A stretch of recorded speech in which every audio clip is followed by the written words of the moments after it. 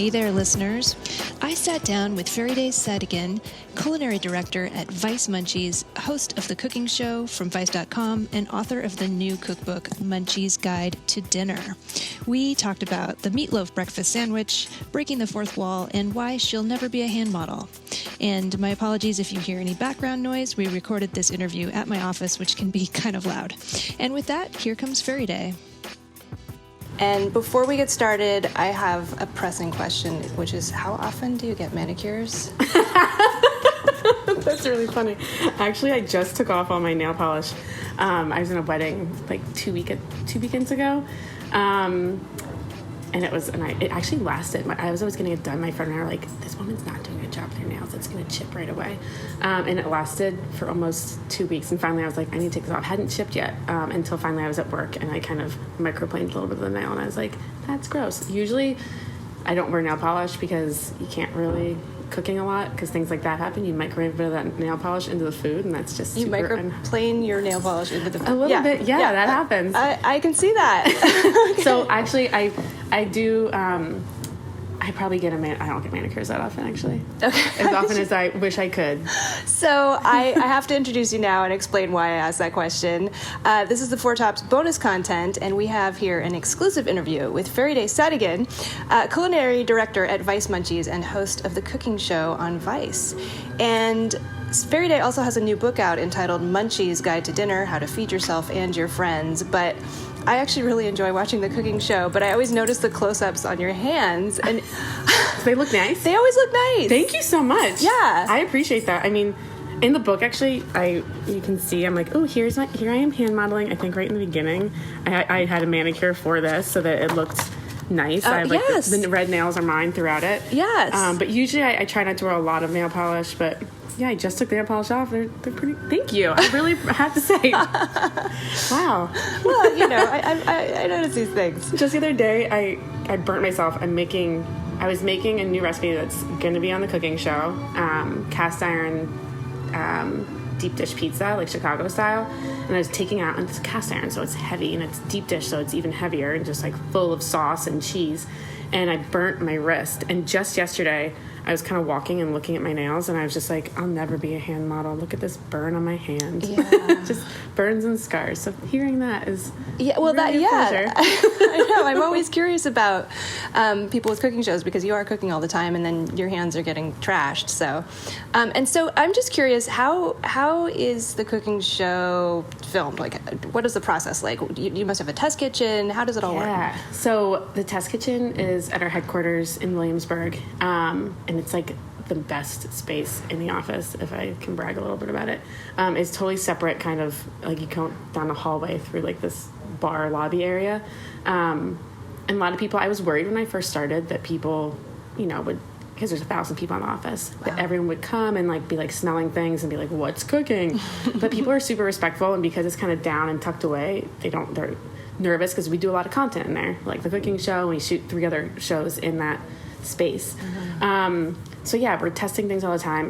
We have an amazing production team, and I kind of bounce ideas off them. Cliff Endo is one of he's our executive producer for all of Vice now, and it's great. He used to work at Food Network for a while and was an eater. And Rupa Bhattakar, she helped write a lot of the cookbook also. She was bouncing ideas off them, being like, hey, I want to do a classic example of this is this meatloaf breakfast sandwich that we did for the cooking show. That I hate meatloaf. And Cliff was like, we should do a meatloaf recipe. That's like very popular on like search and stuff. And I was like, I don't even like meatloaf, but okay, I take that challenge and I'm going to make a meatloaf that even I'll eat. So I kind of was like, in my head, my favorite food is pizza. So I was kind of like, I'm going to make this kind of pizza-ish, and I was going to put chunks of mozzarella in there and all this and that. And then I put bacon on the top, and then I was putting an egg inside of it. So when you cut it, there's a nice cross section of an egg. Anyways, after the first test, it tasted great, but Cliff was eating it with me, and we kind of just started spinballing and being like, actually, this should be a breakfast, like make into a breakfast meatloaf sandwich or meatloaf breakfast sandwich. I don't know. We never decided how exactly that's going to be pronounced, but just kind of like working it like that. So yeah, I just kind of like pitch ideas and then make them, and then I'm like, hey, try this out. What do you think? And then we end up putting it on the cooking show. So it's 3 cameras. There's, one person doing tight shots, one doing a wide, and then one kind of on a midsection. And then it's really fun because we kind of break that fourth wall a lot. And the production team and the camera guys and our kitchen manager, Amanda, and Virginia, who's our production coordinator. I think she's now actually associate producer. They're all sitting there, and like I'm getting them all involved and just like talking to them. Yeah, I love that. I love how you say, come fill my dough, or whatever you're doing. I love that. I'm like usually feeding them. I'm just like, come try this stuff. We're all like friends, and we all work so closely together. It would be so weird. I'm also just not a very comfortable person with just talking to them and like at them, I kind of want everyone to be involved. So it's a fun process. Yeah. It looks really fun. We have a great time. So you brought up the meatloaf breakfast sandwich, and the content is very, it seems like it skews very kind of like traditional American, kind of like borderline junk foody kind of food. So why did you choose to go that direction? Is it your demographic? How do you decide? It's a little bit of both. So a lot of it with the cooking show, we try to take, very traditional recipes and then put like a little bit of a spin on it. And so I often want to take things that I really like and that I know that our audience likes. And often our audience is a little bit younger. Mm-hmm. And, we are called, for better or for worse, we're called munchies. So it's like, it's not like you have to be stoned to eat all these things or that you have to, that you are, hungover or anything. And I actually try to veer away from that kind of mindset a lot and that's why, the cookbook also, it's like how to cook for yourself and cook for your friends and just like have like, maybe up your, dinner party game a little bit, and your weeknight dinner game also. But yeah, it's, the idea with the cooking show is that it's fun recipes that people want to cook and try out, but also I try to make it, tell a little bit of history about things or like teach people techniques. So they're fun recipes that people want to watch and want to cook and eat themselves, but then they're also going to learn something. Like we made, this is really funny, I made recently a huge... Sorry, my upstairs neighbors are so loud. I was like, whoa. We made like a giant cookie bowl, and this is something I made like 2 years ago before the cooking show, and I was like, this would actually be great for the cooking show. We made a giant cookie bowl and then made like a cookie sundae in it, like ice cream, cookie dough ice cream sundae with like cookie crisp and all the weirdness on it. Oh my gosh. But as I'm like cooking this, I'm like, obviously this is the most ridiculous thing and nobody wants, you can make this and it's, whatever, it's a little bit crazy. But also as we're doing it, I'm like, why do you cream your butter and your sugar? Like, what's the point of that? Why baking soda instead of baking powder versus using yeast as a leavener? Just trying to teach people so that they are learning and having fun at the same time. I just sound like a nerd when I say that, but No, I love it. It's kind of like a gateway drug to more advanced cooking. Exactly. So, and I think that that's the point of a lot of stuff that we do at Munchies, whether it's stuff that I do on the show or that's in the cookbook or when we have chefs come in, because we work with a lot of world-class chefs. The cookbook, which is called Munchies, Guide to Dinner, How to Feed Yourself and Your Friends. I love how in the beginning you really start with the basics, like here's how to not get food poisoning. Because most cookbooks just start with the assumption that you're already a pro, and you really just begin at the beginning. And I think a lot of our audience, they're sometimes younger, sometimes, people who are 30 years old, sometimes, I know they've never roasted chicken. Like, I had a friend back when I worked at another place that they were like, I've never roasted a chicken before. And I was like, and they were 28 years old. And I was like, oh, it's so easy. Let me show you. So that's in there. Like, how to, roast a chicken to get super crispy skin. And it's easy. It's just, I don't know. It's, easy stuff, but people are often, embarrassed that they don't know how to do it. I get it. There was things... I'm not a self-taught cook, but a little bit... I am. I started in restaurants and got my chef qualifications kind of on the job. One of the really actually interesting things is there's a pasta recipe in here that I basically learned from another chef. It's just semolina flour and water.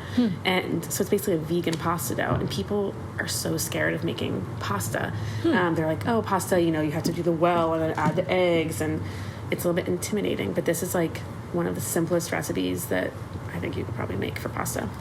Yeah, and that's something that is kind of surprising about your recipes is that you provide recipes for things that you wouldn't normally think of making yourself, especially if you're a beginner. Yeah. Like, I mean, it's not difficult to make homemade mayonnaise, but I don't think most people would think to do it. Or like, didn't you do a Boston cream donut recipe? I did, yeah. Who would make that from scratch? But at the same time, it's sort of fascinating. Like, oh, that's how that's made. Yeah, well, I think it's also, like I said too before, that there's things like that, okay, maybe you're not going to make this, but there's elements that you could make, like the cream for, like, the filling for the Boston cream donut. Like, maybe you don't want to make a whole donut. It's a very easy recipe, though. But, at least you could take that custard technique and make that and use that for something else also. And then I'm, like, trying to give the history of the Boston cream donut. And oftentimes, like, it's funny because I'll research things, and then as I'm starting to talk, I'm like, I forget, and I'll write things on my hand, or I'll just, like, joke and, like, make things up. And then I have Virginia, who's one of our producers, sitting, and I'm like, fact check me right now. Or, like, everyone's involved as we, like, kind of joke around and have fun cooking things. Yeah, that's what makes it so fun to watch. It's just very loose, and it's, yeah.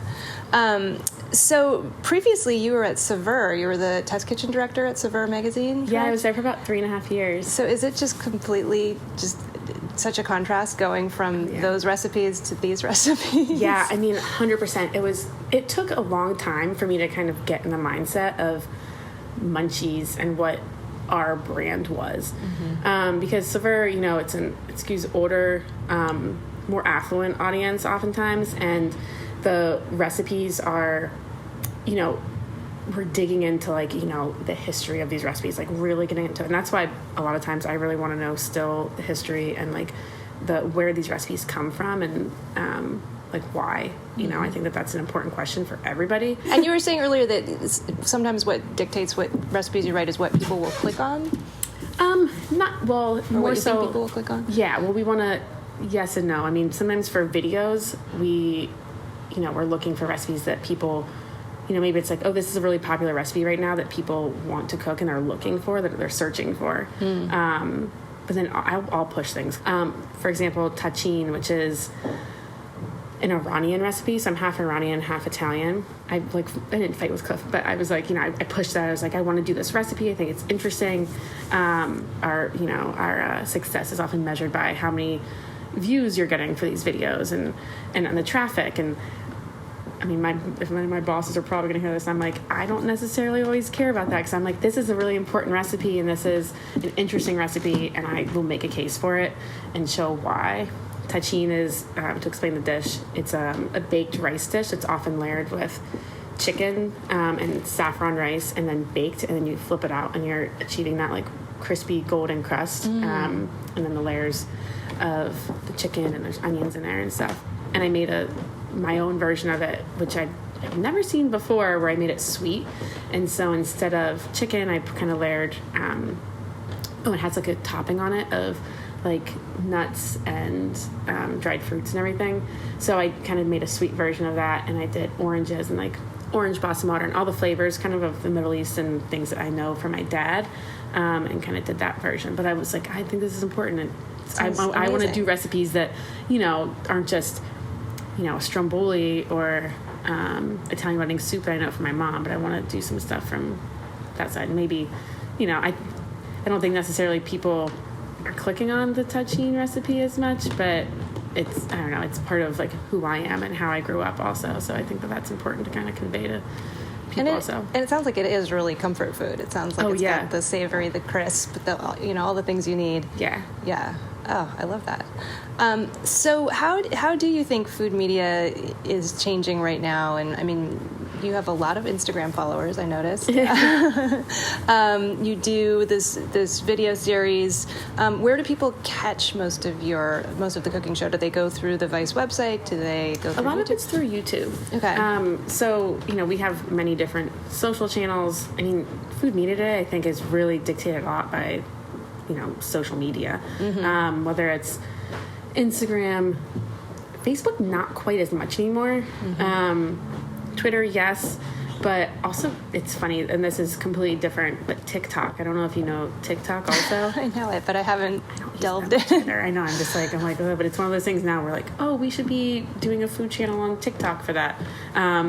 But people are often getting our stuff through our YouTube channel, but we're tweeting out those things, and I'm putting them on my Instagram and stuff, and trying to get people just kind of watching and involved. And one of the things that I've been pushing for, especially at Munchies, is that, I think that often people didn't associate Vice with recipes and with food in that way. Mm-hmm. Vice has, really cutting edge news journalism. Mm-hmm.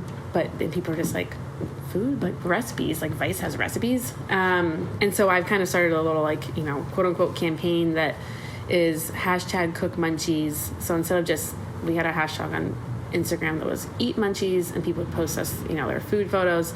I want our audience to be cooking. So, and cooking our recipes, and knowing that we have recipes. So I started, a thing, and it's #CookMunchies, and sharing the photos that, they're making at home. I hope people do that with this book too, share the photos online and, kind of show off what they're making. Because I think that to the audience for Munchies now, I think that, kids or whatever, like young kids these days sound like such a grandma. People often think that they don't care about food, that they're ordering delivery online a lot, going out to eat. And people, I think, were a lot going out, are still going out to eat and posting their food photos on Instagram, and there's this whole, kind of movement in that way. But I think now, people aren't, you're not maybe making as much money, and it's expensive going out to eat at restaurants, and you want to invite your friends over and kind of show off your cooking skills, or have fun and just cook and eat and drink together. So I think that is really important, and that's kind of what this book is about also, is cooking for yourself, but then also having your friends over and cooking for your friends and your loved ones and stuff, because that's really important. I think that, like I said, more and more people, not more and more, people are cooking at home. They're eating, not going out to eat every night. They're cooking for themselves, whether it's just a salad, or they're meal planning throughout the week, their lunches and their dinners. That's happening. So I hope that people use this book in that way. Well, it looks fantastic. I love the look of it. I love the kind of retro, super saturated photography. I mean, it's a feast for the eyes. Well, Farideh, say it again. I'm going to say your name wrong. Farideh, say it again. Did I say it right? Farideh Sadeghin, yeah. It's good. You're perfect. It's fine. Farideh Sadeghin. Thank you so much for taking the time to speak with me. Thank you. I'm really honored, and I love your book, and I love your show. So thank you so much. It's been a really fun conversation. I appreciate it. Okay, so that was a really fun conversation, and we'll catch you next month.